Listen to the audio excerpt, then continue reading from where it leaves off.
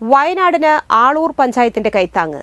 ഉരുൾപൊട്ടലിൽ എല്ലാം നഷ്ടപ്പെട്ടവരെ കൂടെ ചേർത്ത് നിർത്തുന്നതിനും സഹായിക്കുന്നതിനുമായി ആളൂർ ഗ്രാമപഞ്ചായത്ത് ഭരണസമിതി നൽകിയ 10 ലക്ഷം രൂപയുടെ ചെക്ക് പ്രസിഡന്റ് KR ജോജോ ഉന്നത വിദ്യാഭ്യാസ സാമൂഹ്യനീതി വകുപ്പ് മന്ത്രി ഡോക്ടർ R ബിന്ദുവിന് കൈമാറി. കല്ലേറ്റുങ്കരയിലെ തൃശൂർക്കാരൻ ദേവസിക്കുട്ടി ഭാര്യ റോസലയുടെ വരുമാനത്തിൽ നിന്നും 3500 രൂപ വയനാടിന് നൽകുന്നതിനായി ഏൽപ്പിച്ചു.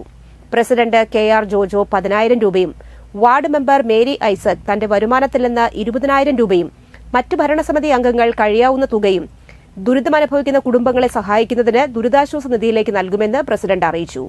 ജനപ്രതിനിധികളും പൊതുപ്രവർത്തകരും ചടങ്ങിൽ പങ്കെടുത്തു.